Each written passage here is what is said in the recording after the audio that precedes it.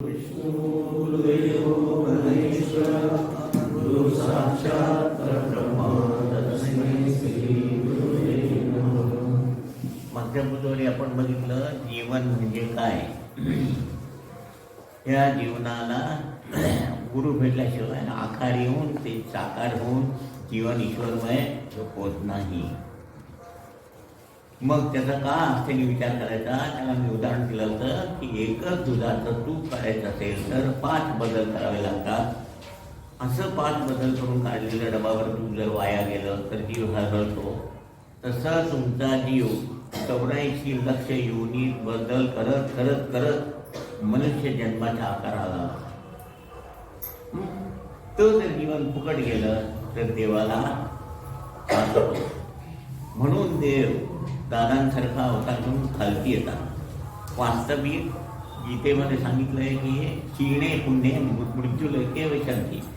पुण्य कमी झालं की मृत्यूलोकात यावं लागतं म्हणून. मग त्यांचं पुण्य कमी झालं म्हणून आले का ते, याची जाणीव आपण ठेवायला पाहिजे. त्या जीवाचं स्थित्यंतर झालं आणि मनुष्य जन्म झाला म्हणजे आकार झाला म्हणजे काय झालं. पहिली उत्क्रांती संपली.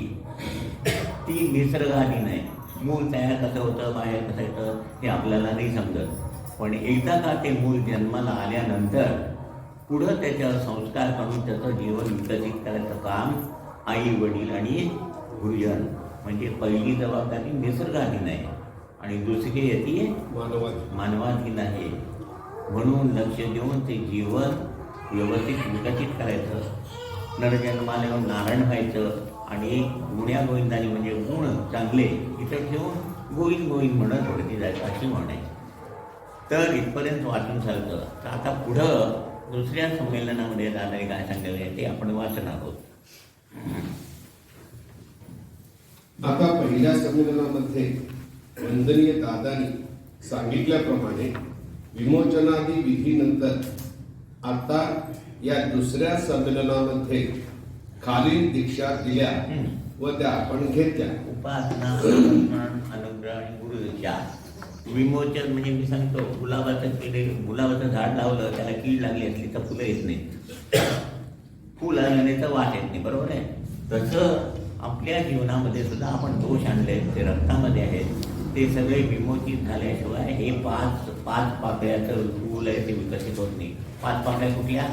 नाभी, हृदय, कंठ, ललाट आणि ब्रह्म या ठिकाणी 5 कोश आहेत. त्या 5 कोशांच्या ठिकाणी ते 19 वाचलं. म्हणजे ते 19 पाकळ्याचं जर फूल फुललं तर जसं फूल फुलल्यावर वास येतो तसं ते 19 पाकळ्याचं फूल फुलल्यावरती परमेश्वराचा वास तुमच्या ठिकाणी यायला लागतो. देव तुम्हाला देव म्हणत म्हणतात. आणि मग तुम्हाला जो काही गुण दिला असेल देवानी त्या गुणपरत्वे नावारूपाला येत आहे. म्हणजे काय, शेती चांगली करायची. डॉक्टरने औषध चांगलं दिलं तर त्या डॉक्टरांचा हातगुण चांगला आहे. ते माणसांचं शिक्षण देण्याची पद्धत चांगली आहे. असं त्यांच्याकडनं सर्वांच्याकडे चांगलं म्हणून घ्यायचं म्हणजे नावारूपाला येणे. असं प्रत्येक माणसाला एक गुण दिलं आहे. त्या गुणापरत्वे विकसित होऊन नावारूपाला येऊन ह्या जगाचा निरोप घेत आहे. बरोबर समजलं.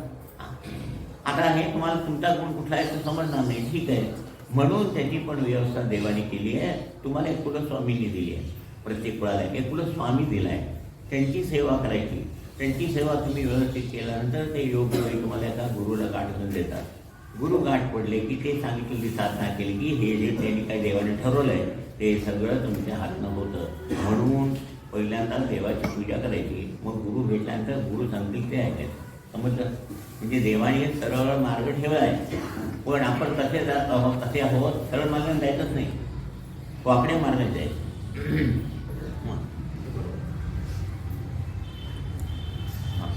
म्हणजेच आज आपण गुरुदीक्षेपर्यंत आलो हे खालीलच्या आठवून समजून घेता येईल. आता विमोचन म्हणजे नको असलेलं काढणे आणि दीक्षा म्हणजे चांगली पॉझिटिव्ह एनर्जी देणे. एवढंच लक्षात ठेवा.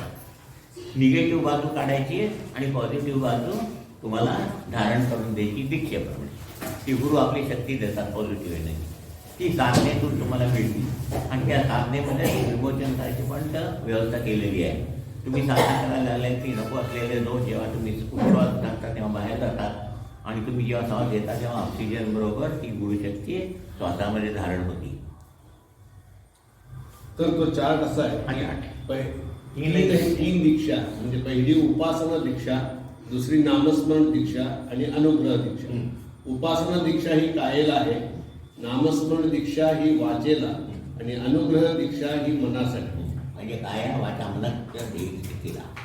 त्याच्यामुळे ह्या तिन्ही दीक्षा या काया वाचा मनाला मिळाल्यामुळं आकार आला. आणि चौथी दीक्षा ही गुरुदीक्षा. गुरुदीक्षेमुळे जीवन साकार होऊन इतरांचे दुःख निवारण करण्याचे कार्य करेल किंवा करावयाचे आहे. म्हणजे काय समजलं, एवढं सोपं नाही आहे. पहिल्यांदा आकार नव्हता, मातीचा ढेकूळ होतं, त्याला आकार नव्हता. त्यातले काड्या खडे काढलं आणि त्या कुंभारांनी माती ओली करून त्याला गाडग्याचा आकार दिला. आकार आला आधी. हां, त्याच्यामध्ये पाणी घातलं, मग ते लोकांना पियाला देतात. तसंच हे मडकं स्वच्छ नव्हतं, विमोचनाने स्वच्छ केलं आणि त्या गुरु दीक्षामध्ये दीक्षा धारण करून देऊन ह्याच्यामध्ये गुरूंची शक्ती प्राप्त झाल्यावर तुम्ही वाणीतून इतरांच्या कल्याणासाठी निराकरण सांगायला लागला, काही त्या गोष्टी सांगायला लागला. समजलं? म्हणजे ह्या देहाचा सदुपयोग करून घेतला. बाबांच्याकडे आलेलं म्हणाले, काय मारावं असं वाटतं, म्हणतात मरू नकोस म्हणाले. तुझं जीवन फुकट तुला योग्य ना, तर मला दे, मी त्याचं आकार साकार करून ते माझ्या कामाला घेतो. म्हणून आपल्याला बाबांनी सगळ्यांना हाताशी धरलंय. तुम्ही कोणीही कमी नाही. तुम्ही साधना केली की तुमच्या हातून सुद्धा ते कार्य करून घेणार आहेत. तर ह्या अशा पॉझिटिव्ह विचार लक्षात ठेवून पहिल्यांदा उठायचं आणि साधना करायची. एक पंथाचं पद आहे, नाही घडीचा तनुचा भरोसा, कैसा होशी निश्चिंत. म्हणजे काय याचा अर्थ? तर बोला तुम्ही, नुसतं बसू नका. मी बोलतो तर कळतंय ना. नाही घडीचा तनुचा भरोसा, कैसा होशी निश्चिंत. या देहाचा काही भरोसा नाही. परत सांगतो, आमचा एक मित्र फिरायला गेला, चालत, नवरा बायको चालताय आणि बटन पडला तर खलाचा. 5 मिनिटापूर्वी घरात बसून गेलेला. म्हणजे भरोसा आहे का? पण आपण तसे काय अगदी इथं राज्य करायला लागले 100 वर्ष असे. म्हणून सारखं इतर काहीतरी विचार करण्यापेक्षा ते असं व्यापाराचा व्यापार होईल की नाही, संध्याकाळी म्हणजे मैत्रीण भेटेल का नाही, सगळी भेटेल, व्यापार होईल, जीव जाईल त्याचं काय. म्हणून इतर वेळेला कोणतरी जाईना त्यांना सारखं सद्गुरू नामस्मरण करायचं. तर आपल्याला या जगात गुरु भेटले आणि त्यांनी सांगितलं साधना करून निश्चिंत राहा आणि रोज आजचा दिवस खराब करू नका. आजचा दिवस वर्तमान काळातला चांगला गेला आणि तो भूतकाळात चांगला जमावणार आहे. पुढे असं म्हणायला लागणार नाही, मी काय केलं होतं मागच्या जन्मी, असं म्हणावं लागणार नाही. म्हणून आजचा दिवस हसत खेळत चांगला घालवायचा, तो भूतकाळात चांगला जमा झाला. उद्याचा येणारा म्हणजे उद्याचा येणारा भविष्यकाळ तुम्ही चांगलाच करणार आहात. म्हणजे तुम्ही भूतकाळही चांगला बनवला आणि भविष्यकाळ काय हां. तोंड वाकडं करण्यापेक्षा हसत खेळत राहिलं कसं? तोंड वाकडं केलं, टेन्शन करून गेलं म्हणजे कामं होतात का? नाही. तर हे लक्षात ठेवायचं.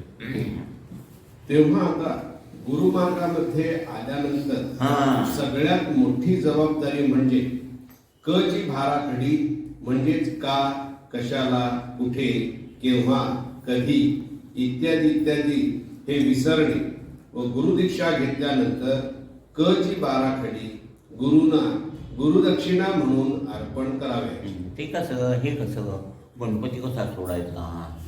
नववारी पात्रा सोडलं तसं. नवरीतून गोलमध्ये आला की गोलमधनं ड्रेसमध्ये आला, ड्रेसमधनं आता बरमुडामध्ये येणार. मग ते का केलं? घरामध्ये चूल होती, ती चूल गेली, गॅस आला, गॅस जाऊन सौर शक्ती. ते जसं तुम्ही सोयीने बदल केला तसा देवसुद्धा या परिस्थितीला.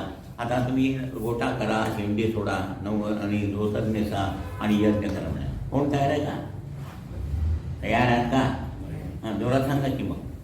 आणि तुम्ही नवरी पात्र नेसून खोपा घालून सोळ्याने स्वयंपाक करायला तयार आहात? मग देवाने केलं तर बरोबर केलं आहे ना. म्हणून ते असं का तसं का विचारायचं नाही. सोड म्हटलं सोडायचं, जेवढं सांगितलं तेवढं करायचं. गणपती कसा सोडायचा आहे त्याची काळजी तुम्हाला नको. आता कोरोनामध्ये गणपती नव्हता, गौर नव्हती, कोणी मेलं तरच घरच्या लोकांना जाळायला सुद्धा जाता येत नव्हतं. तेव्हा काय केलं? ही अशी वेळ येणार, हे असे प्रसंग येणार हे त्यांना आधी माहीत असतं. म्हणून त्यांनी सांगितलेलं सध्याच्या परिस्थितीला एकदम लागू आहे. म्हणून ची मला एकदा दिले विचार सांगितलेलं करायचं आणि गप्प बसायचं. एकदा जर क ची बाराखडी अर्पण केली तर तुम्ही गुरुमय झाला. जीवन तुमचं गुरुमय व्हायचंय. राक्षसमय झालंय ते नकोय, गुरुमय व्हायला पाहिजे. म्हणजेच प्रश्न विचारावयाचे नाही. याचे कारण यापूर्वी तुम्ही सुख शांती समाधानासाठी जे केले म्हणजेच वेदवैदिक उपासना व देवदैविक अशा मार्गाचा अवलंब केला होता. वेदवैदिक म्हणजे संस्कृत मधले वेद म्हणणे, काय म्हणतात त्याला, श्लोक म्हणा, हे स्तोत्र. संस्कृत येत आहे का? संस्कृत येत नाही. प्रणम्य सीता देवम गौरीपुत्रम विनायकम भक्तावास स्मरे नित्यम सिद्ध हे गणपती स्तोत्र आहे. किंवा श्री गणेशान्मा अस्य श्रीराम रक्षा स्तोत्र मंत्रस्य बुधकौशिक ऋषी श्री सीतारामचंद्रो देवता अनुष्टुप छंदा सीता शक्ती श्रीमद्धर्मान कीलकम श्रीरामचंद्र प्रीत्यर्थ जपे विनियोग.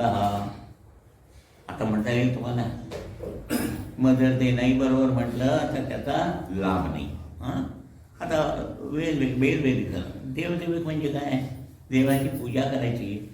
तीर्थाला म्हणायला त्याला तीर्थ घालताना किंवा ते अभिषेक करताना सुद्धा म्हणायचे मंत्र ते येत नाहीत. तो मंत्र घालून ते तीर्थ घ्यायचं आहे म्हणजे ती शक्ती धारण होणार आहे. तरी परंतु ती शक्ती तुमच्या कर्मात हात घालत नाही. पण मग ती कशाला केली आहे?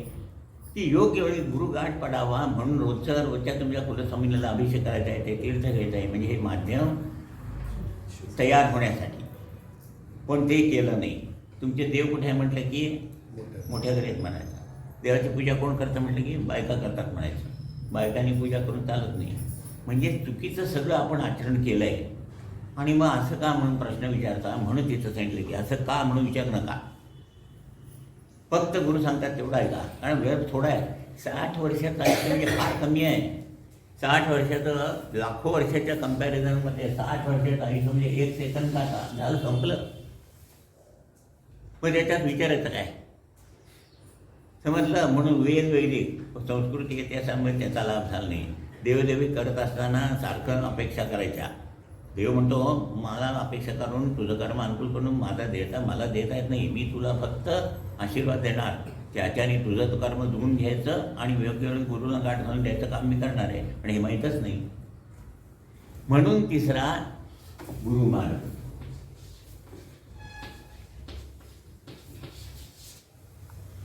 गुरु म्हणतात तू कसा यास तुला मी पदरात घेतो. म्हणून त्यांना गुरु माऊली म्हटलंय.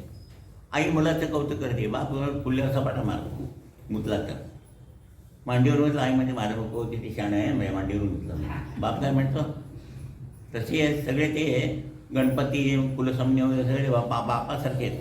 गुरु एकच आईसारखे. अशा मार्गांचा अवलंब केला होता आणि त्यातून आपल्याला काही प्राप्त झाले नाही. कशा मार्गाचा? वेदवैदिक आणि देवदैविक. नीट ऐका. याचे कारण म्हणजे प्रथमतः वेदवैदिक उपासने जी स्तोत्रे किंवा वैदिक संकल्प इत्यादी हे संस्कृत मध्ये आहे व आपल्याला सर्वसामान्यांना संस्कृत येत नसल्यामुळे उदात्त अनुदात्त स्वरी अशा संथेने न म्हटल्यामुळे काही लाभ होत नाही किंवा झाला नाही. उच्चार बरोबर नाही म्हणून एक उदाहरण आहे दादाने दिलेलं. शेठजी अजमेर गहे अशी तार करण्यास नोकरास सांगितले होते. पण त्याला उच्चार न कळल्याने त्याने शेठजी आज मर गए अशी तार केली. अर्थ किती बदलला बघा. म्हणून ते संस्कृतचे मन म्हणताना रेषा म्हणत असताना कुठे थांबायचं आहे आणि कुठे कट करायचं आहे हे जर नाही समजलं तर त्यातनं अनर्थ निर्माण होतो. पुढं आता व्यंकटेश स्तोत्र बरेच जण वाचताना म्हणजे बघा कसं आहे. त्याच्यामध्ये एक असं वाक्य आहे, अन्नासाठी दाही दिशा आम्हा फिरवेशी जगदिशा. ही बाई काय कुठली वाचते आहे? भरदरी साडी नेसली आहे, अंगावर दागिने आहेत, घरात मंगळसूत्र सोन्यात वगैरे, आणि अन्नासाठी दाही दिशा आम्हा फिरवेशी जगदिशा म्हटलं. देवाने म्हणाला मी काय तथास्तु म्हणू का नको? तथास्तु म्हटलं तर सगळं जाईल. समजलं का नाही? कुणी म्हणायचं हे ज्याच्याकडे काही नाही आहे तिने. त्यामुळे अशा ज्या पंक्ती ते तुम्ही आपलं म्हणायचं म्हणून म्हणत जायचं. देव म्हणाला यांना कसा आशीर्वाद देऊ, तर आता लोकांना तू समजावून सांग. तसेच व्यंकटेश स्तोत्रामध्ये अन्नासाठी दाही दिशा आम्हा फिरविशी जगदीशा आणि बरं असे वाक्य वाचावायचे नाही. साठी नेसलेली बाई वाचती आणि म्हणजे कृष्णा तुला कुठली कृपणता आली मला अवस्था पूर्ण करता, द्रौपदीला पुरवलीस मला का देईल, म्हणजे भरते साडी नेसली आहे आता कृपणता आली आहे का कळतं ना. म्हणजे आपण जे वाचतोय त्याला अनुसरून ते नाही आहे. त्यामुळे देवाला आशीर्वाद देताना सगळं विचार करावा लागतो. भरतेची साडी तर अंगावर आहे, तुला कृपणता कुठली आहे. कारण आपली परिस्थिती काही अगदी हलाखीची नाही. जी स्त्री हे वाचत असते तिच्या अंगावर 10-15 तोळे सोन्याचे दागिने असतात, तेव्हा देवाला सुद्धा आशीर्वाद देणे कठीण होते. म्हणून स्तोत्रे वाचत असताना किंवा म्हणत असताना ज्या गोष्टी आपल्याला लागू होत नाही त्या न वाचणे. बरं ते वाचायचं तरी कशाला आहे रे, कशाला वाचायचं आहे ते तरी सांगा. कधी वाचली का स्तोत्र, कशाकरता वाचायचं आहे तेही माहीत नाही. नुसतं आपलं करत आहे जे माझ्या सगळ्या इच्छा अपेक्षा पूर्ण व्हायला पाहिजेत, पण त्या पूर्ण का होत नाही आहे तर तुमच्या अंगामध्ये जे आंतरिक अवस्था आहे त्याच्यामध्ये त्यात दोष आहेत. त्यामुळे ते कर्म तुमच्या देहाशी एकरूप होत नाही आहे, हा विचारच करत नाहीत. मग हे वाचून जर ते अनुकूल झालं असतं तर तुमची कामं झालीच ती. म्हणजे गाडीचं चाक बिघडलं इकडं, हा तेल घालतो इकडं. म्हणून दादाने सांगितलं हे सगळं पहिलं बंद करा. बदललाय तो आपल्या आंतरिक अवस्थेमध्ये करायचा आहे. 7 पिढ्यातले दोष तुम्ही हात आणले ते दोष बाहेर जावे म्हणूनच देवळात तीर्थ देण्याची पद्धत ठेवली आहे. सत्यनारायणची पूजा झाल्यावरती ते तांदूळ शिजवून खावे, म्हणजे हे सयातनं पॉझिटिव्ह एनर्जी जाईल आणि निगेटिव्ह बाजू जाईल. म्हणून कुठलं काय आणि कसलं काय. आता दुसरे म्हणजे देवदेवी उपासना. ह्यामध्ये कुलधर्म, कुलाचार, कुलोपासना असे 3 भाग येतात. कुलधर्म हा 25% असून कुलधर्म हा फक्त 25% आहे. म्हणजे काय सांगतो. कुलाचार आणि कुलोपासना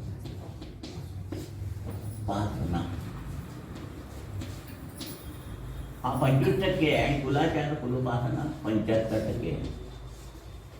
हे फक्त 25% देवासाठी आहे. गंध, फूल, धूप, दीप, नैवेद्य, पंचोपचार देवीची पूजा केल्यावर तिने जो आशीर्वाद दिलाय तो तुमच्या आचरणानं आणि आपल्या रक्तात धारण करायचं आहे. तीर्थ घ्यायचं आहे. स्वतःचं काम स्वतः करणे म्हणजे काय आहे, सत्कर्म आहे पहिलं. आणि दुसरी गोष्ट जेवायला बसताना समाधानाने जेवणे. बसता का हा काय भात आहे काय, ही काय आमटी आहे का, मग काय एक दिवस करून बघा. कुलाचार आचरण सकाळपासून संध्याकाळपर्यंत करायची कामं मनापासून करायची असतात का, असतात का नसतात. स्वयंपाक करत असताना टी व्हीकडे लक्ष असतं आहे, एखादी सिरियल आहे मग इकडं मीठ टाकायचं आहे, गुळ टाकला की नाही माहीत नाही, अरे ते बिघडतं. जे काम करतात त्यावेळेला म्हणून ते पद आहे पदोपदी. 10 वेळा सांगितलं तुम्ही पदोपदी अपार झाल्या पुण्याच्या राशी. म्हणजे प्रत्येक काम करत असताना पदे प्रत्येक गोष्ट तुम्ही नीटनेटकी करायची, काया वाचा मने करून, की लगेच पुण्य तयार होतं.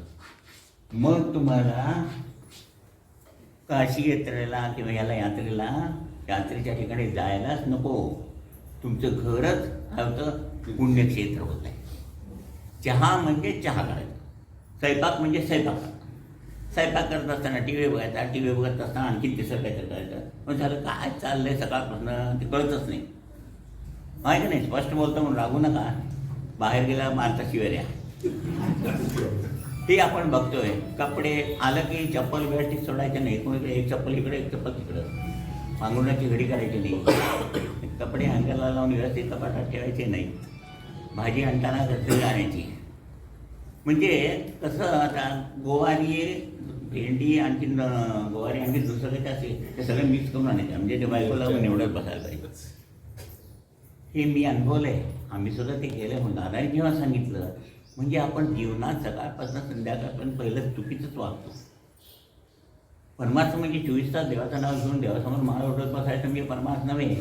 प्रपंचातली प्रत्येक गोष्ट नीटनेटकी करणे, सगळ्यांना पचेल रुचेल असं वागणे म्हणजे पहिली स्टेप आहे.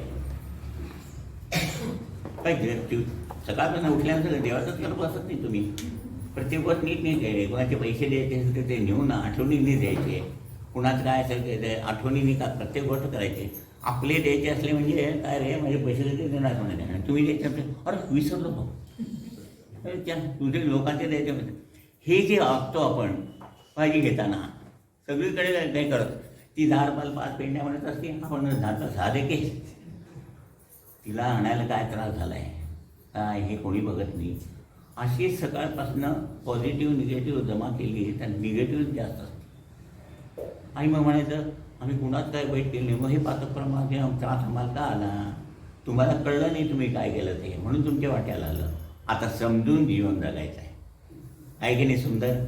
हां दादाने इतक्या गोष्टी सांगितल्या आम्ही आश्चर्य वाटायचं आम्हाला. भांडी जाताना जेवण उठल्यावर तुझं तू कपेशी विसायला पाहिजे. तू ताट तिथं घालायला पाहिजे. ताटामध्ये जर चिकटपणा फार असेल तर त्यात पाणी सोडून ठेवायला पाहिजे. तुम्ही भाताचं पातेलं भात चिकटला असेल त्यात पाणी घालून द्या. मी करतो रोज ते.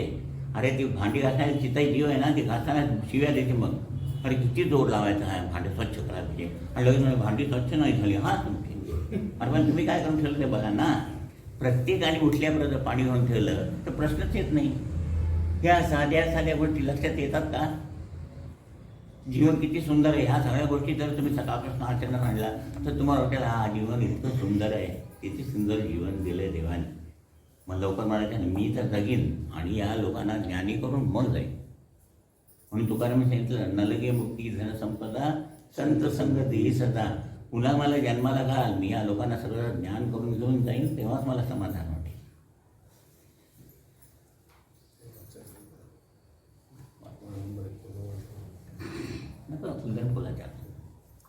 कुलधर्म हा 25%च असून त्यात गंध फूल धूप दीप नैवेद्य आणि आचार म्हणून सांगितलं असे पंचोपचार आहेत. असा आचार केल्यानंतर प्रत्येकातलं पुण्याचे द्रव्य धारण होऊन तुमच्या रक्तात रक्त चांगलं झालं शुद्ध झालं की त्या रक्ताचं शुद्ध बीज झालं की कुलोपासना म्हणजे कुलाची जोपासना केली. बापापेक्षा मुलगा सवाई, मुलापेक्षा नातू सवाई. सवाई म्हणजे दोन्ही अर्थाने म्हणता येत ना. बाप 1 कप दारू पितो, मुलगा 2 कप पितो आणि नातू 3 कप पितो असं नको. बापाने इहलोकी झेंडा लावला, मुलांनी परलोकी लावला आणि ह्यांनी सप्तलोकी झेंडा लावला नातवांनी. अशी प्रजा म्हणजे कुलोपासना, कुलाची जोपासना हे फक्त देवासाठी आहे. कुलाचार आणि कुलोपासना आपल्यासाठी आहे. आणि ते तसं वागलं असताना रोजच्या जोड जवळ पवित्र असताना आपलं जीवन चांगलं होतं, ईश्वरमय होतं. आणि असं ईश्वरमय करून ह्या जगाचा निरोप द्यायचा आहे. असे पंचोपचार आहेत व नंतर जो आशीर्वाद मिळतो तो धारण करण्यासाठी कुलाचार म्हणजे कुटुंबातील प्रत्येक व्यक्तीने आचरण करणे व त्यातून ते धारण करणे आणि असा धारण केलेला कृपाशीर्वाद शेवटी रक्तात जाऊन पुढे त्या रक्तातून जे पुरुष बीज किंवा वीर तयार होते त्यातून निर्माण होणारी प्रजा सुदृढ होणे म्हणजे कुलाची जोपासना किंवा कुलोपासना झाली असे म्हणता येईल.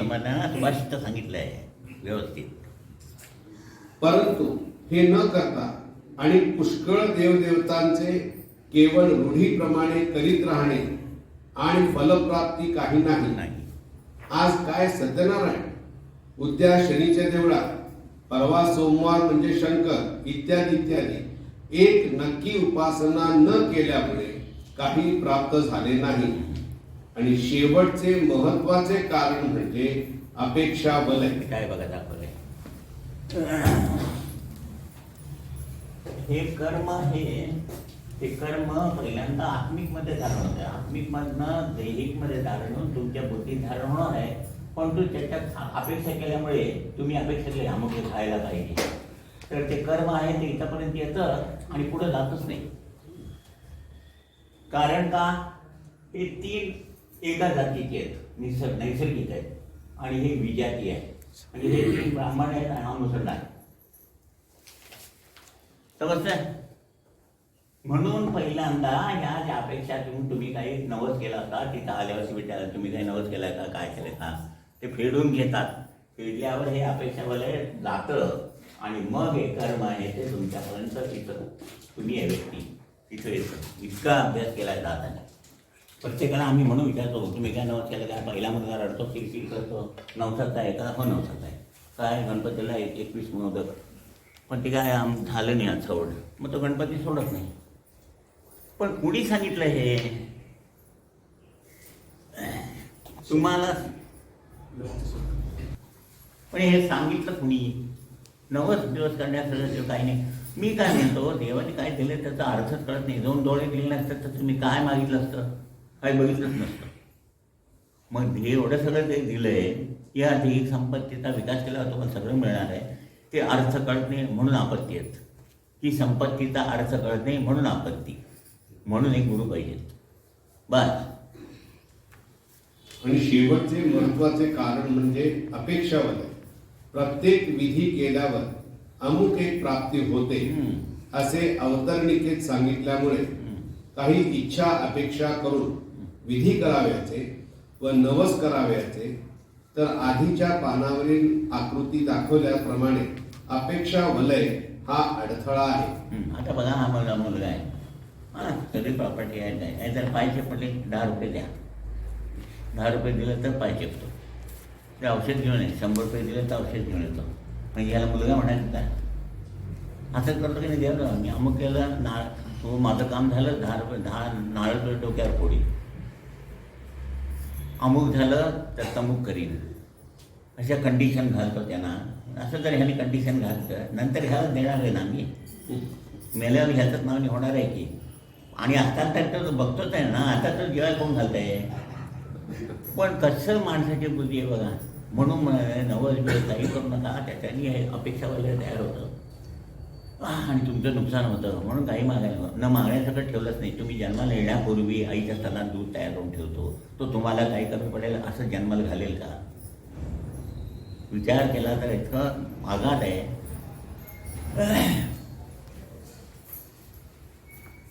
तर अपेक्षावाद हा अडथळा आहे. कशा करता? तर तुमच्या जीवनाला आवश्यक अशा अन्न वस्त्र निवारा इत्यादी यांची तरतूद जरी तुमच्या कर्मवलयात केली असली तरी ते कर्म अपेक्षा वलयापर्यंत येऊन पुढे जाण्यासाठी वाट बघत असतात. नाही, ते विजाती आहे, त्यात नाही होणार. दुधात पाणी मिसळेल, तेल नाही मिसळणार. पण ही 3 बलय आहेत, ती दुधासारखी आहे आणि हे तुम्ही तेल इथं निर्माण करून ठेवलंय. ही 3 दुधासारखी आहे, हे तेल म्हणजे विजाती आहे. त्यामुळे हे जोपर्यंत जात नाही तर कर्मवलय तुमच्या देहात येतो, बघून इच्छित फल देऊ शकत नाही. हे अपेक्षा वलय तुम्ही निर्माण केले म्हणजे ते विजाती आहे व बाकीची म्हणजे कर्म वलय, दैहिक वलय आणि आत्मिक वलय ही सजाती आहे. देवानी निर्माण केली एका जातीची आहे. समजतंय ना? समजतंय का नाही समजतंय? बिस्किट 2-2च गेली होती ना, ती जास्त गेली की मग डोळ्यात येतात.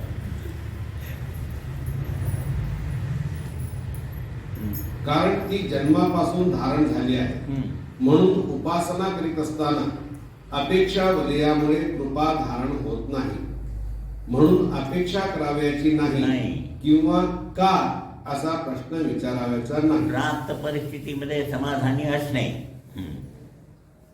म्हणून बाकीची सर्व उपासना बंद करून तुम्हाला केवळ आरती साधना, ओंकार साधना ही कराव्यास सांगितले. तत्पूर्वी विमोचन व दीक्षाद्वारे सर्व शुद्ध करून दिले. दूध घेताना भांडं पहिलं स्वच्छ करून घेतो, होय का नाही? मग त्याचं तापवून वेदना लावून तुपापर्यंत जातो. तसंच हे भांड, म्हणून ते पद आहे रोज आपण म्हणतो, पाहे प्रसादाची वाट यावेळेस घेऊन या, हे ताट, या ताटाचा प्रसाद घेत आहे. हे सगळं ताट शुद्ध करून प्रसाद दिल्यावर वाणीतून लोकांचं कल्याण करायचं आहे. तो प्रसाद करून लोकांना वाणीतून द्यायचा आहे. नुसतं पदं म्हणायची आहे आणि घरी जाऊन झोपून टाकायचं.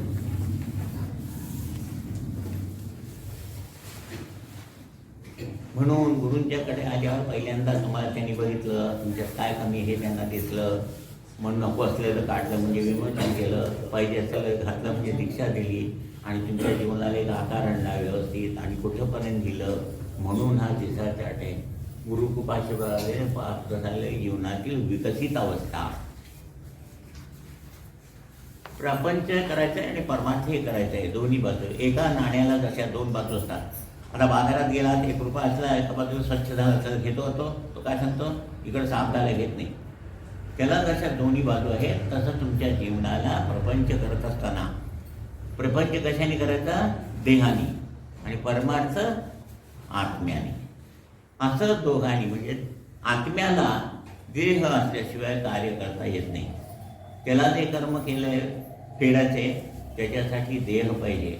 म्हणजे आत्म्याचा कार्य करण्यासाठी देह दिला आहे. पण आपण तो देह माझ्यासाठी म्हणजे काहीतरी हे करून त्याच्यासाठी वापरतो. इथंपासून अज्ञानाला सुरुवात आहे.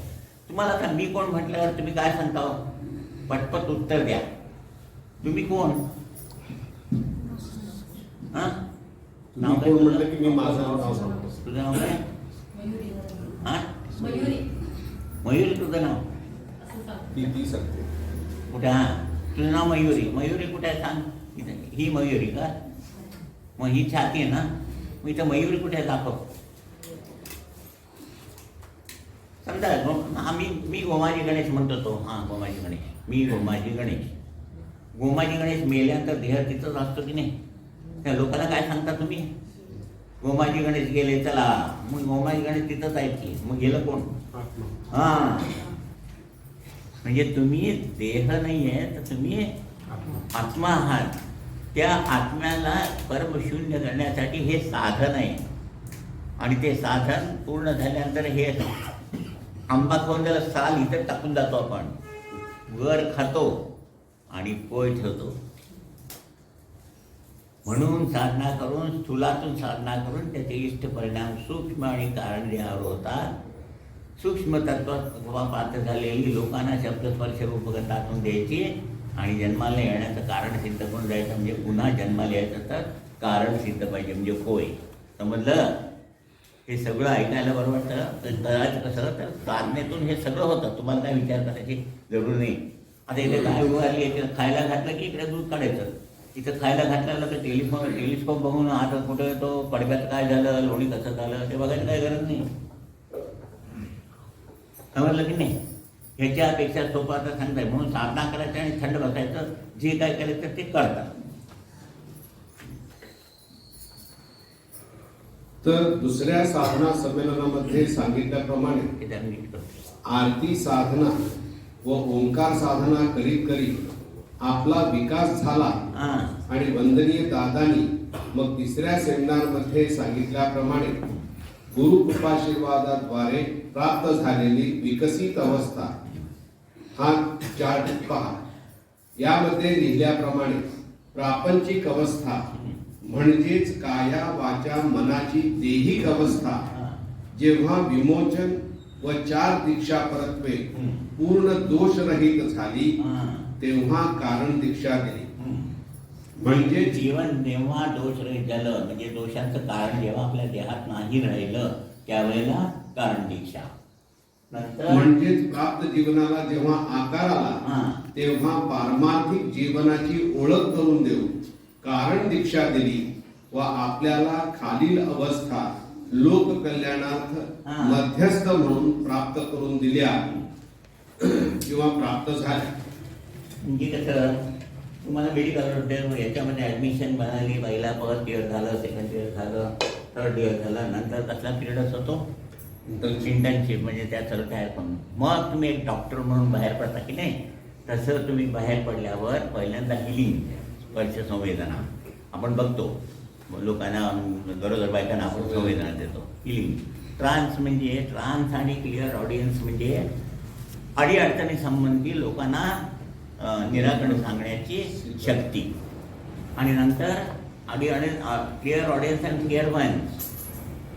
नंतर आणखीन एक आहे ऑटोमॅटिक रायटर, म्हणजे ज्ञानेश्वरांनी 12व्या वर्षी काय लिहिली, ती कशी लिहिली, ते माध्यम विकसित झालं आणि असं बसलं की जसं इथं सा आहे तसं सारे ग म प धनी सा म्हणजे तिकडं ब्रह्मांडातलं सा आहे, तिकडं सगळं ज्ञान आहे.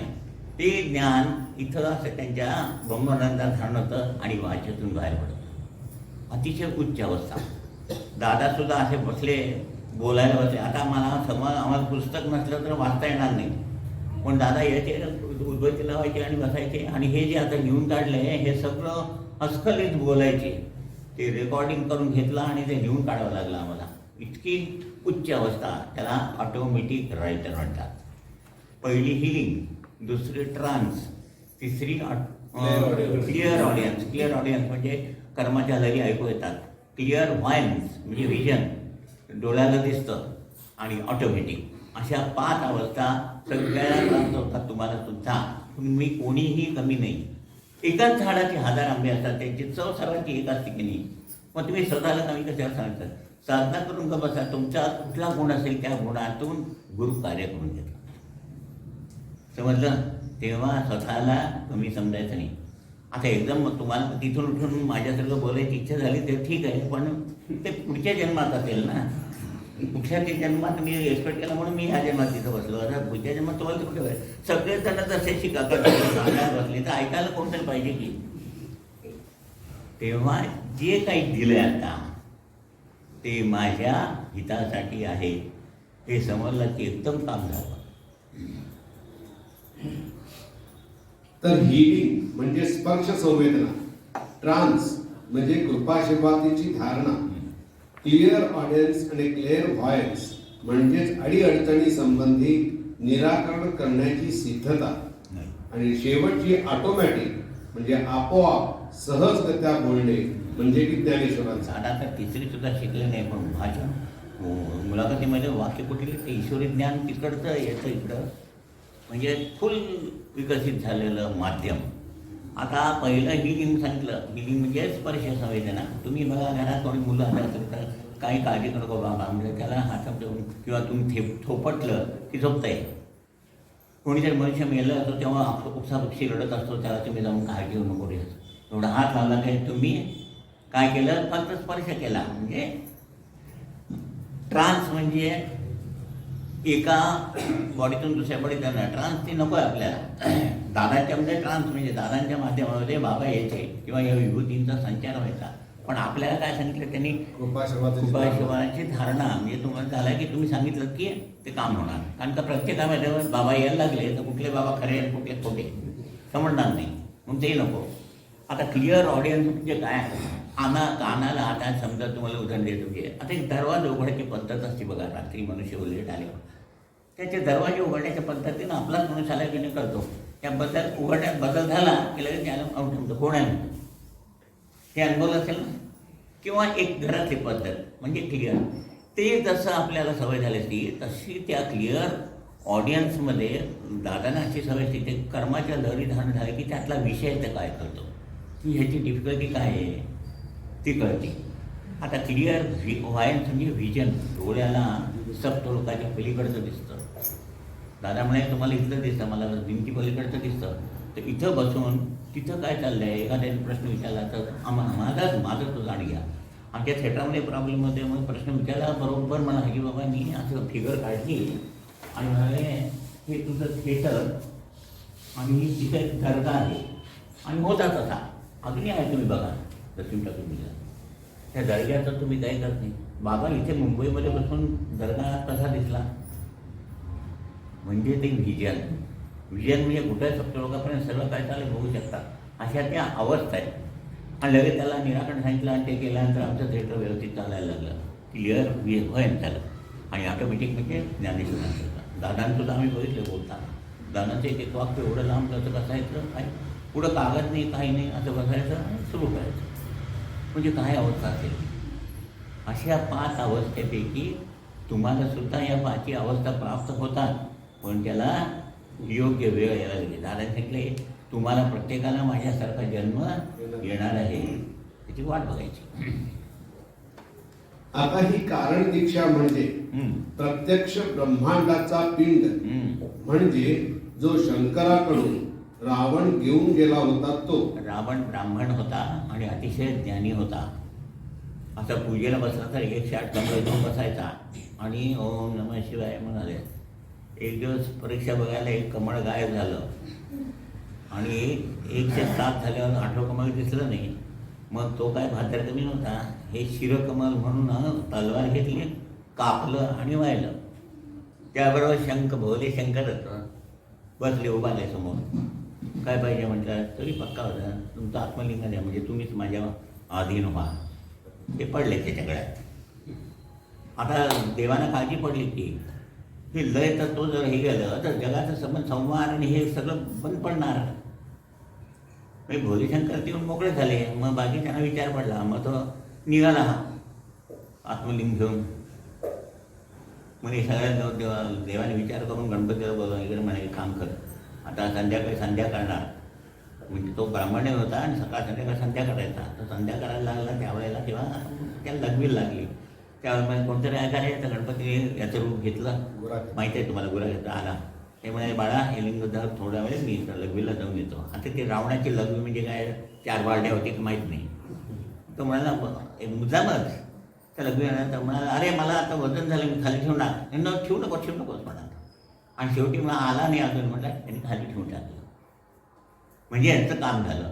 ते आहे ह्याला गोकर्णाला, म्हणजे ते लय करतो. हे अशा गोष्टी आहेत. म्हणजे काय काय सांगतं कारण दीक्षा म्हणजे काय दिले तुम्हाला, तर ती एवढं पॉवरफुल शक्ती जगाचा सांभाळ करून लय तत्व सांभाळून तुम्हाला एक बॅलन्समध्ये ठेवती. तशी शक्ती तुम्हाला बारीक करून विनितर करून तुम्हाला दीक्षा म्हणून दिली आहे.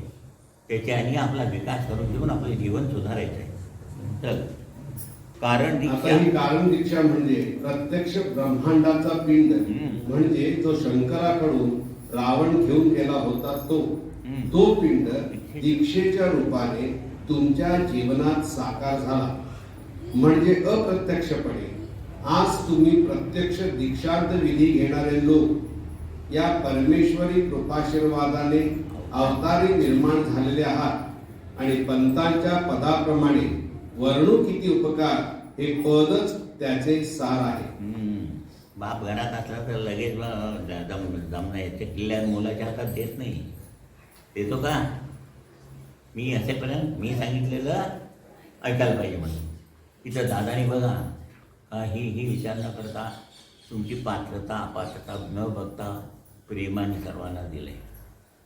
बाबांनी मी दादा म्हणायचे की हे कार्य माझ्यानंतर पुढे जाणार असेल तर मी हे करणार, नाही तर नाही. तेव्हा ह्याची जाणीव ठेवायची. आणि काही मिळण्याचं शिल्लक राहिलं नाही आहे. तुम्हाला सांगतो एका जन्मात गुरु भेटायला पाहिजे तरच या 3 लोकांच्या पलीकडे जाता येतं. आणि आपण नक्की जाणार आहे. आणि प्रमोशन झाले आता तर 7व्या लोकात जायला मिळणार. तेव्हा हा विषय डोक्यात ठेवा. इथं जरी ब्रह्मांड मिळालं असलं तर ते एक दिवस पत्ताने सोडून जायचं आहे. म्हणून शहाणं व्हायचं. इथं शहाणं होण्यासाठी येतो. खरं ज्ञान काय ते मिळवण्यासाठी येतो.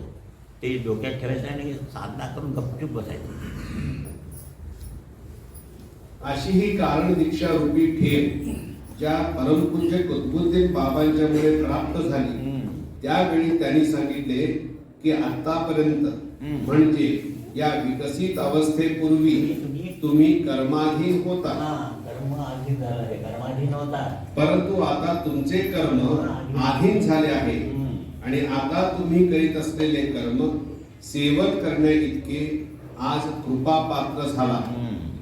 तसेच त्यांनी पुढे सांगितले कि कर्म से जिंदा रहना है तो गंगा में डूब जाओ और धर्म से जिंदा रहना है तो मेरे पास आओ. म्हणून मला त्रास झाला, माझं कर्म कसलं असं चुकूनही म्हणायचं नाही. तुमच्या कॉन्टॅक्टमध्ये येईल त्याचं दुःख ऐकून घेऊन त्याला मार्ग दाखवायचा म्हणजे धर्म. परत आपलं बाजूला ठेवायचं. ते गेलं की आपलं कुराण चालू करायचं. असं झालं आणि तसं झालं काय. तर आता नाथ परंपरेच्या साधन सिद्धतेमध्ये गमक असे आहे की साधकाने कर्म सेवन करायचे. इतर मार्गात कर्म संचय करतात. आता बघा कर्म सेवन आणि कर्म संचय. म्हणजे काय समजलं?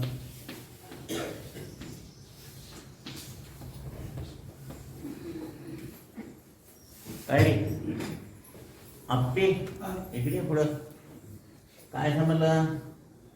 इतके दिवस कामकाज करता ना, मग बोला की. कृपा रक्तात धारण करायचं.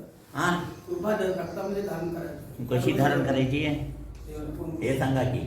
हा, इतके दिवस कर्म संचय करत होता, खूप काही उपास केले, पण ते सेवन नाही केले, देहाभोवती वलय रूपाने राहिले.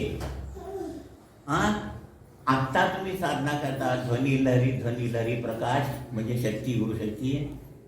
ती शक्ती ऑक्सिजन बरोबर तुम्ही श्वास घेतल्यावर अलॉंग विथ ऑक्सिजन ती शक्ती रक्तात धारण होती, म्हणजे सेवन झाली.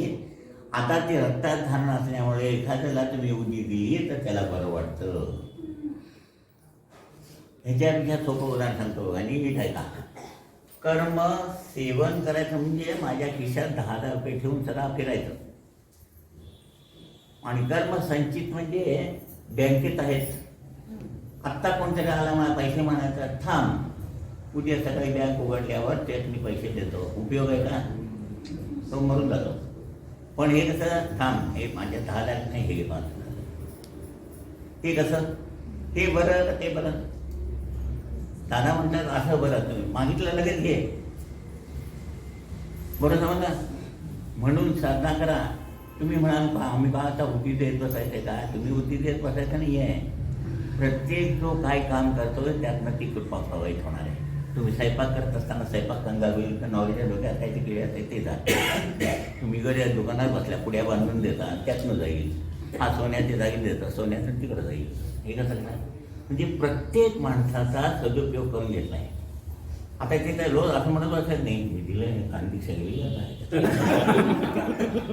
सहज. म्हणजे किती व्यापक काम केलंय, किती व्यापक. तुम्हाला कुणालाही ते बसलेलं कुणालाही त्यांनी कमी लेखलेलं नाही. तुम्ही फक्त मनापासून आता त्याची साधना करा, तुमच्या हातनं सुद्धा ते कार्य करून येतात. बरं मग म्हणते की नाही? हां, शशी काका काय प्रेमच म्हणून इथं बसतात असं नाही आहे. सगळ्यांनी इथं बसावं सगळं वाटतंय म्हणून बसा की आम्ही कुठं नको, आम्ही तिथं बसायला तयार आहे. पण ती वेळ यायला पाहिजे ना सगळ्याची. तेव्हा तुम्हाला कुणालाही कमी न लेखता दादाने सगळं दिलेलं आहे. तुमच्या पुढं परत ते विकसित होणार आहे आणि त्याचा उपयोग होणार आहे. म्हणून कारण दीक्षा सर्वात श्रेष्ठ आहे. कारण दीक्षाच्या पुढची महाकारण अवस्था आहे, म्हणजे तुम्ही देवासारखेच झाला.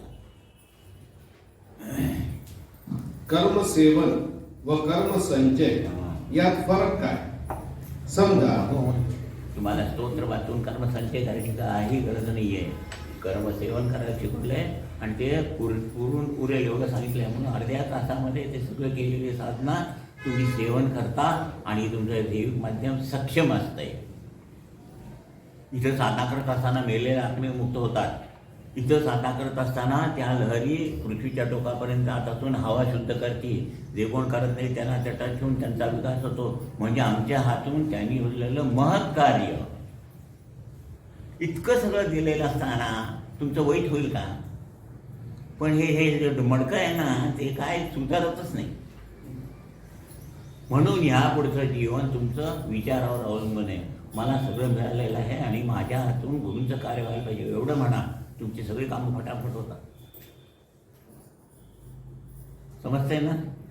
उपास नको, तपास नको, गौर नको, गणपती नको, श्राद्ध नको, पक्ष नको, काही नको, काही नको.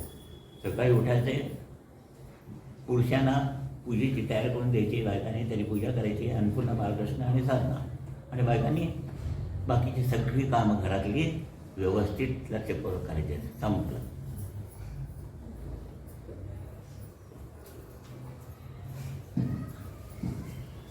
कर्म सेवन व कर्म संचय यात फरक काय? समजा मी वेळी अवेळी तुमच्याकडे आलो व 500 रुपये मागितले. तुम्ही सांगितले की उद्या सकाळी या, बँकेतून काढून मग देतो. काही उपयोग नाही. म्हणजे तुमचे स्वतःचे पैसे असून सुद्धा तुम्हाला बँकेवर अवलंबून राहावे लागते. त्याऐवजी तुमच्या जवळ पैसे असतील तर तुम्ही लगेच काढून द्या. तसे साधक सिद्ध अवस्थेप्रमाणे जेव्हा एखादा दुःखी माणूस तुमच्याकडे येईल हा. त्याला दुःख म्हटल्याबरोबर झटदिशी चिमूटभर उधी तुम्ही द्यावयास पाहिजे. हे केव्हा होईल? जर कर्म सेवन केले असेल तर. मी तुम्हाला माझा अनुभव सांगतो. फोनवर सुद्धा किती वेळा निराकरण सांगितले तेव्हा सुचेल ते लगेच दुसऱ्याचे फोन येतो. म्हणजे दादानी काय सिद्धता करून ठेवली आहे. आता मला सगळं आराम दिला आहे. एवढा फोनवर मी करू शकतो की नाही. मिस कॉल आला असला मी बघितला नसला तर मी परत फोन करतो. बाकीचे म्हणतात मिस कॉल आले त्यांचं ते करतील की नाही. त्या एवढं ज्ञान दिलं आहे एवढं सुद्धा करायला होत नाही का आपल्याला. पहिलेच ना तो सकाळपासून संध्याकाळपर्यंत कमीत 25 तरी फोन येतात. माझं असं झालं आहे माझं तसं झालं आहे. त्या वेळेला जे सुचेल ते सांगतो. मोठेपणा सांगत नाही आहे. दादाने जे दिलं आहे एवढं तुम्हाला दिलं आहे तर तुम्हाला बसवून तिथं लोकांना निराकरण सांगायला काय बिघडत आहे. आणि सगळ्यांचे हात मला लक्षातही नसतं. आमचं कामाचं काम झालं तसं झालं हे झालं ते झालं. एक तर लग्न ठरलं तुम्ही लग्नाला येणार म्हणजे लग्नाला येत नाही. तुम्ही झालं ना ते तुमचं तुम्ही उठून घ्या. हे अशी अनुभव. मी काय कानाचा लाडका आहे तुम्ही नाही का. सगळ्यांना देताना सारखं दिलं आहे. कुणी असं केलं त्यांना मिळालं. त्यांनी असं केलं त्यांचं काय झालं मग ते कुणाचं काय झालं ते तुम्ही ठरवा.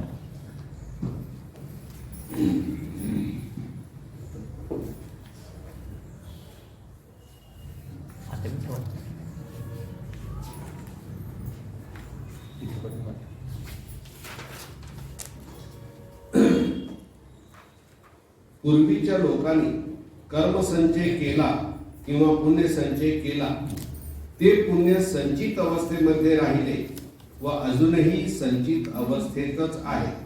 संचित पण तुम्ही त्याचे वाटेकरी संचय का आणि हो- संचित एकच. संचय आणि संचित एकच तसं पडून राहिलं. पण तुम्ही त्याचे वाटेकरी का होऊ शकला नाही किंवा तुम्ही त्याच्यावर आपला हक्क का आपला हक्क का दाखवू शकला नाही. याचे कारण तुमच्या आजोबांचा जसा असोला नारळ नारळ म्हणजे काय मुंडन केलेलं. माझं केलंय की तसं एवढे सुद्धा केस नाहीत. म्हणजे नारळ कसा स्वच्छ असतो की पियाला जातं तसा तसं स्वच्छ नारळ करून शेंडी ठेवून म्हणजे त्यांच्यासारखं जर आचरण केलं असतं तर मला तो पुण्याचा ठेवा मिळाला असता. पण त्यांच्यासारखं कोण करणार होता. ते धोतर नेसत होते असोला नारळ होता शेंडी होती तसं मी नाही करत म्हणून मला नाही मिळाला. आणि ते गाठोडी तशीच पडली होती. तुमच्या आजोबांचा जसा असोला नारळ म्हणजे मुंडन केलेले तसे तुम्ही सुद्धा जोपर्यंत त्यांच्या आचार विचारांप्रमाणे सेवा करीत नाही तोपर्यंत तुम्ही त्याचे वाटेकरी होत नाही.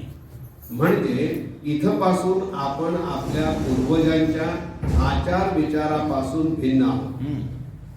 उदाहरणार्थ तुम्ही तुमच्या घराण्यातले कितव्या पिढीतले कितवे वंशज. साधारण आपण 3 पिढ्या मागे जाऊया. तुमच्या आजोबांना तंदूर किंवा नॉनव्हेज आवडत होते का? त्यांनी खाल्ले दुर्वांकूर आणि तुम्ही खाता कोंबडीची पिसे. मग कसे व्हायचे? आणि सांगता की आमचे आजोबा संन्यासी होते. मग आम्हाला केव्हा देता संन्यास असे नाही विचारले. फक्त त्यांचा वारसा पाहिजे तोही पुण्याचा. त्यांच्या तोंडात होत्या दुर्वा व यांच्या तोंडात कोंबडीची